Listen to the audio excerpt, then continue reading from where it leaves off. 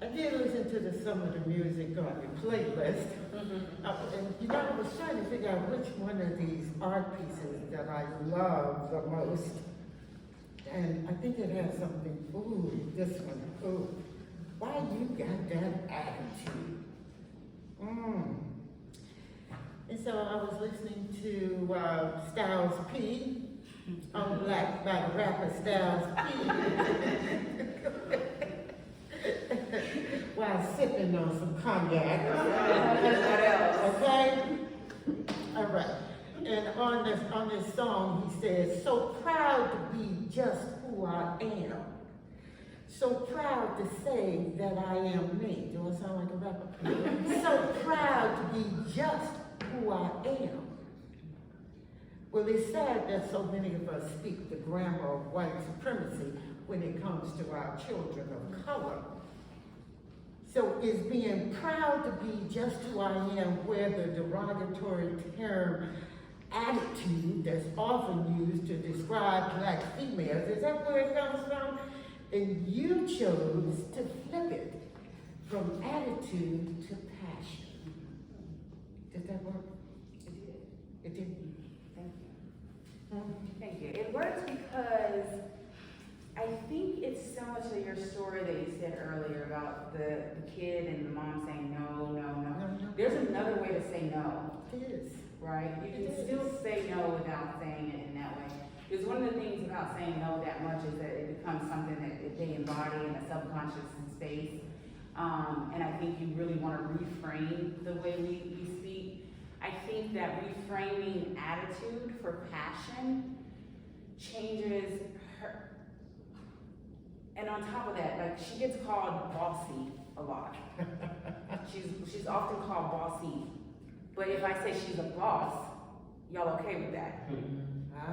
Every weird, different, right?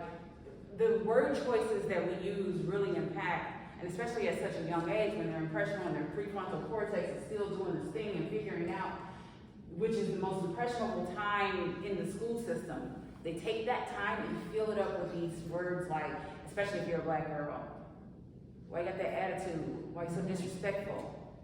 Do you know what I'm saying? These words become part of our subconscious and the way we move.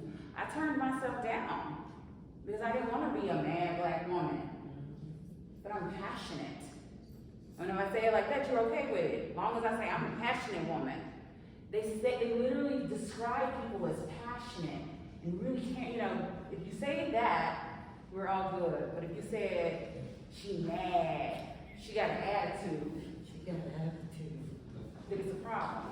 So for her, I really just wanted to make sure that, one, she didn't lose her bossy, because she is a boss. She's been a boss since day one. She has come in the world bossing, and I want her to forever have that. If I start saying she's bossy now, she starts to see that as a negative thing. And then she's like, wants to be less bossy, and she don't want people to say that about her. But I'll say you a boss, and you run it shit, then she's like, all right, I'm a boss. And then she grows into this boss woman who becomes an adult boss.